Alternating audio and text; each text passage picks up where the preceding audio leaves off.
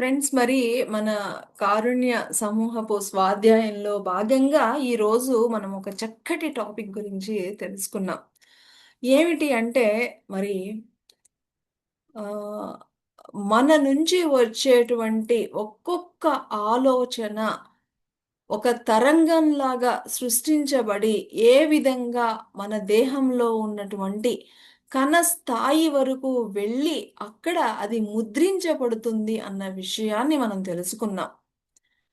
మన నుంచి వచ్చేటువంటి ఒకానొక నెగెటివ్ ఆలోచన కానివ్వండి, నెగెటివ్ భావోద్వేగం అవ్వనివ్వండి, ఇలాంటివి ఏమైనా సరే కూడా ఏదైనా ఒక నెగెటివ్ ఎవరైనా ఏదన్నా అన్నారన్నారని బాధపడుతున్నా కూడా ఇవన్నీ కూడా తరంగాల రూపంలో మన యొక్క కణ స్థాయి వరకు వెళ్ళి, వెళ్ళి, వెళ్ళి అది ఒక ఘనీభవించి అది ఒక అనారోగ్యంగా మనకి మనము రావడానికి కారణమవుతుంది అన్న విషయాన్ని తెలుసుకున్నాం.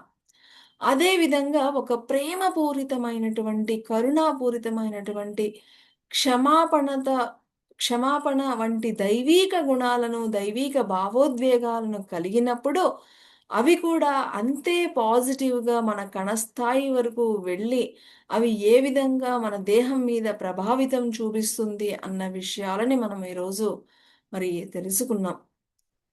కాబట్టి మనం ఎవరైతే ఈ యొక్క జీవితంని పూర్తిగా ఆరోగ్యవంతంగా జీవించాలి అనుకునే ప్రతి ఒక్కరూ కూడా చేయవలసినటువంటి మొట్టమొదటిది ఏమిటి అంటే, మీరు నెగెటివ్ ఆలోచనలకి, నెగెటివ్ భావోద్వేగాలకి ఎంత దూరంగా ఉంటున్నారా అని చెక్ చేసుకుని, ఎవరిని వారు సరిచేసుకోవలసినటువంటి బాధ్యత ఎవరికి వారే తీసుకోవాలి. ఎవరికి ఎవ్వరూ తీసుకోరు. ఈ విషయాన్ని ఎప్పటికప్పుడు మరి ఆరోగ్యంగా ఉండాలి అనుకునే ప్రతి ఒక్కరూ కూడా ఈ యొక్క అద్భుతమైనటువంటి విషయాన్ని మరి గుర్తుంచుకుని ఒక్కసారిగా అన్నీ రావు మనకి.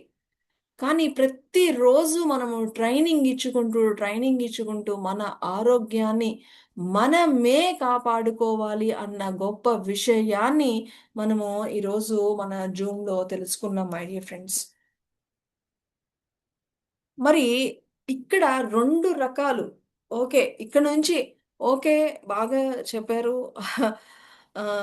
మరి ఇన్ని తెలిసినా కూడా మనందరం కూడా ఎవరో ఏదో అన్నారని బాధపడిపోతూ ఉంటాం. ఏదో నాకు జరగరానిది కష్టాలు, నష్టాలు, ఛాలెంజెస్ అని మనమే ఫీల్ అయిపోతూ ఉంటాం. కానీ ఈ ఈ విషయం తెలుసుకున్న తరువాత ఇవన్నీ మనం తీసుకుంటే మనకి మనమే మన బాడీకి పాయిజన్ ఇచ్చుకుంటున్నామన్న విషయాన్ని మనం ఎప్పుడూ గుర్తుపెట్టుకొని అలాంటి వాటికి మనము విన్నప్పుడు, మన దగ్గరికి చేరినప్పుడు ఏ విధంగా మనం వాటికి దూరంగా ఉండాలి? ఏ విధంగా మనల్ని మనం ప్రొటెక్ట్ చేసుకోవాలి? ఈరోజు నాకు ఎలాంటి చోట నా యొక్క శక్తి పెరిగింది? ఎలాంటి భావోద్వేగాలు, ఎలాంటి ఆలోచనలు, ఎలాంటి పరిస్థితుల వల్ల నా యొక్క శక్తి పెరుగుతుంది, తగ్గుతుంది అనేటువంటి ఆ యొక్క ఆహ్, ప్ర ఆరోగ్యంగా ఉండాలి అనుకునే వాళ్ళు ప్రతిరోజు కూడా సరి చేసుకుని, చెక్ చేసుకుని, సరి చేసుకోవాల్సిన బాధ్యత ప్రతి ఒక్కరూ తీసుకోవాల్సిందే. ఎవరికి వారే తీసుకోవాలి.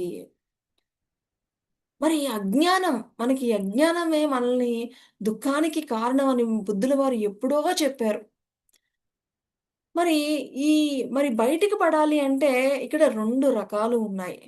ఒకటి ఏంటి అంటే, ఒకటి చికిత్స, రెండవది స్వస్థత అని 2 మార్గాలున్నాయి. ఇక్కడ చికిత్స అంటే గనక మనం ఏదో ఒక అనారోగ్యం వచ్చినప్పుడు డాక్టర్ గారి దగ్గరికెళ్తాము. డాక్టర్ గారు ఏదో మందులిస్తారు. అది తీసుకుంటాం. ఏదో టెంపరరీగా రిలీఫ్ అయితే వస్తుంది.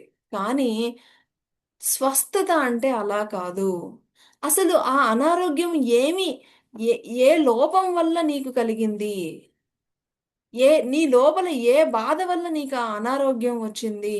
అనికి తెలుసుకొని దానిని మూలాల నుంచి మీ యొక్క జ్ఞానంతో సరిచేసుకోవడమే స్వస్థత అని అంటారు. సో, మనము పర్మినెంట్‌గా మన యొక్క అనారోగ్యాల నుంచి బయటపడాలి అంటే గనక, చికిత్స మాత్రమే కాదు, స్వస్థత అనేది కూడా మనకి ఎంతో అవసరం. మరి ఈ స్వస్థత ఎవరికి వారు చేసుకోవాలి అంటే గనక, మరి దానికి కావలసినటువంటి జ్ఞానము కూడా ఎంతో కావాలి. మరి ఆ జ్ఞానము కూడా మనం తీసుకోగలగాలి అంటే శక్తి కావాలి. ఆ శక్తి ఎక్కడి నుంచొస్తుంది తిరిగి? మనకి ధ్యాన సాధన ద్వారానే వస్తుంది. కాబట్టి ఇంత అద్భుతమైనటువంటి ఉపయోగాలు ఉన్నటువంటి ధ్యాన సాధనను ఎవ్వరు కూడా మరి మనసు మొరాయిస్తూ ఉంటుంది. వద్దు, వద్దు, వద్దు అని. కానీ మనందరం ఆరోగ్యం కావాలి, ఆనందం కావాలి, ప్రశాంతంగా ఉండాలి అనుకున్న వాళ్ళందరూ గూడా ప్రతిరోజు కొంత సమయాన్ని ధ్యాన సాధనకై కేటాయించవలసిందే అని మరి చక్కటి గురువులందరూ మనకి అతి సులభంగా, సులభమైన మార్గంలో చెప్పుతున్నటువంటి గురువులందరికీ మరొక్కసారి కృతజ్ఞత తెలుపుకుంటూ తిరిగి రేపటి స్వాధ్యాయంలో కలుసుకుందాం. Thank you.